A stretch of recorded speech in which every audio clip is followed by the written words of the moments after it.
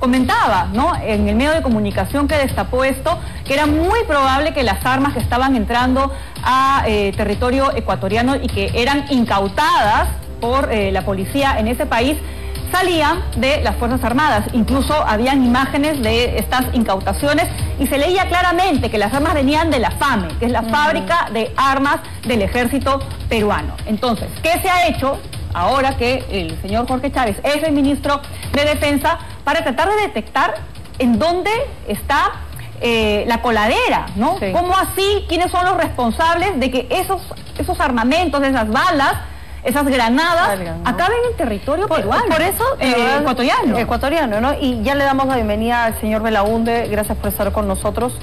¿Cómo es que intentamos decirle mercado negro a lo que, a vista y paciencia de todo el mundo, es un mercado es un mercado que todos conocen, pero que de verdad nadie con inteligencia intenta cerrar ese círculo delincuencial? Bueno, habrá que ver qué acciones se han tomado, ¿no? Desde que se descubrió justamente que eso estaba pasando. Habrá que ver qué acciones se han tomado. Y la verdad que no sé si se ha divulgado algún tipo de acción por parte del gobierno, ¿no? Pero en todo caso eso también tiene, de alguna manera pone en relieve la necesidad de que haya cooperación internacional.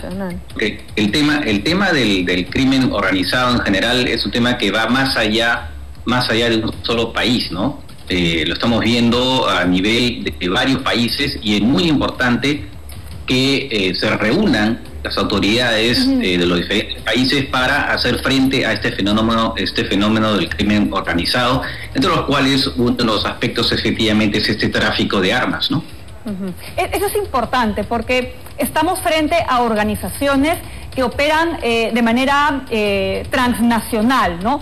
Estas bandas, estamos hablando de los choneros, los lobos, vendrían a ser los brazos armados de cárteles que vienen de México. Es decir, ya para que la gente tenga una idea de hasta dónde su radar de acción, van llegando, no son como unos pulpos. Y estos mismos nombres, los choneros, los lobos, los tijerones, los hemos escuchado aquí también en territorio peruano, en zonas en donde hay tala ilegal, en zonas en donde hay minería ilegal. Economías ilegales. ¿Cómo es que tendrían que coordinar entonces los gobiernos de estos países para combatir esta criminalidad?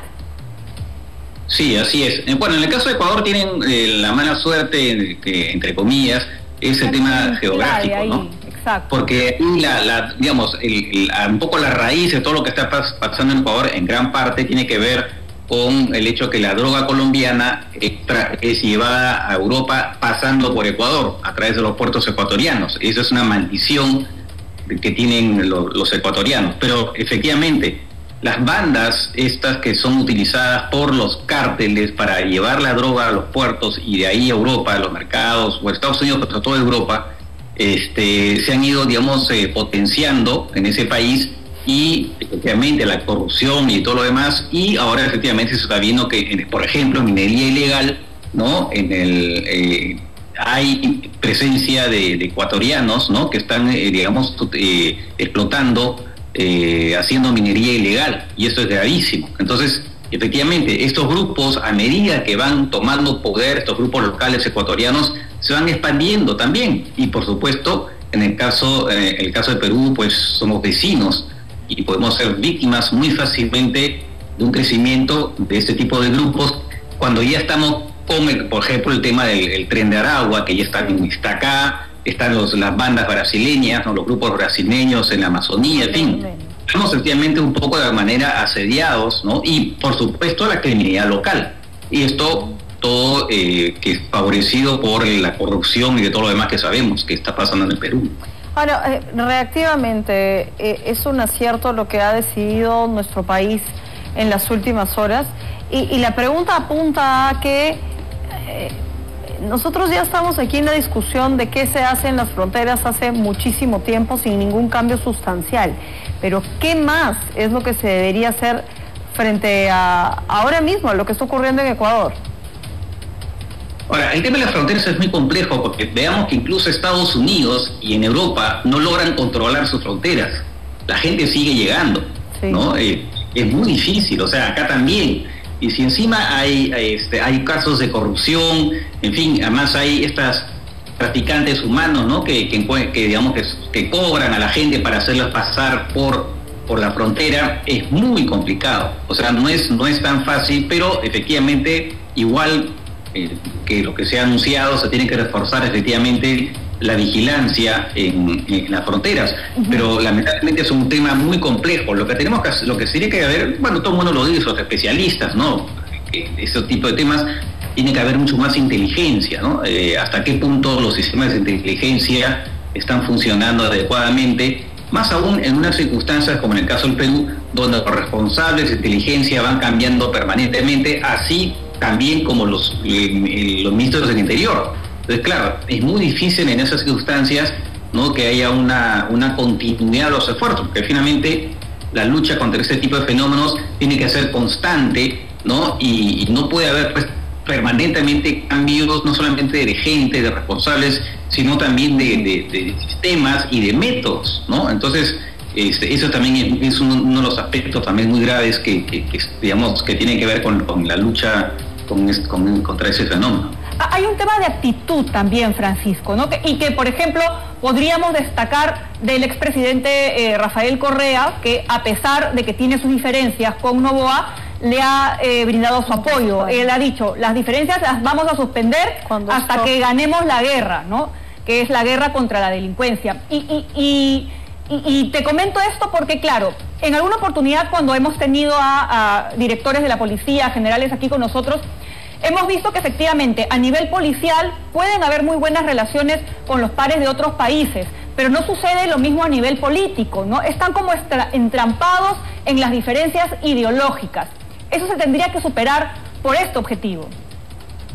Sí, claro. Bueno, acá en el Perú es claro, uno ve en las redes los comentarios que hay de políticos y están, digamos, llevando, cada uno quiere llevar agua a su molino, ¿no? Y eso es terrible, porque evidentemente la lucha contra el narcotráfico y contra el crimen organizado es algo que tendría que unirnos. Lo que pasa que efectivamente, hay que decirlo, en la política también hay intereses, ¿no? Gente que está defendiendo, ¿no? Actividades como la minería ilegal, sí, pues, ¿no? O lo que se ha dado en el Congreso, ¿no? Esta ley que tiene que ver con ¿cómo se llama? Con la colaboración eficaz, que no lo digo yo, lo han dicho todos los especialistas en temas de lucha contra el crimen organizado, los propios fiscales, jueces que tienen que ver cotidianamente con ese tema, han dicho que esa ley pues debilita la lucha contra el crimen organizado. Entonces, si desde el sistema político se debilita esa lucha, pues estamos realmente en problemas, ¿no? Entonces, si eso se suma a la corrupción, ¿no? Narcotraficantes que son liberados, por lo que pasó últimamente tras esta intervención en Pachacamac, liberados, en fin, ojalá que estos llamados hijos de Dios vayan a ser liberados también. O sea, lamentablemente, y como se ha visto en Ecuador, ¿no? Porque en Ecuador también hubo un operativo en Metástasis se detuvieron a varios responsables del Poder Judicial, de la Fiscalía, que también estaban totalmente involucrados con el crimen organizado. Algo similar es obvio que se está dando en el Perú, a todo nivel, la policía también. Entonces, si no se hace algo contra la corrupción y desde la parte política no se toma conciencia que no se puede, digamos, conceder ninguna ventaja al crimen organizado, pues estamos en serios problemas, ¿no? Ya lo estamos entonces, ¿no? Porque... No, de hecho sí, estamos en serios problemas y yo, tal como está el clima político actual, me parece bien complicado que podamos escapar a una situación parecida a la de Ecuador, porque de alguna manera ya se está dando. Porque además hay que ver que Perú es un país mucho más amplio, pero uno ve lo que pasa en Patás, lo que pasa en otras zonas del país, con la muerte, además, por ejemplo, el asesinato de líderes nativos que están en primera línea. Entonces, claro, la verdad que no da para ser muy optimistas, ¿no? Pero en fin, hay que reaccionar. Bien, gracias Francisco por haber estado esta mañana con nosotros.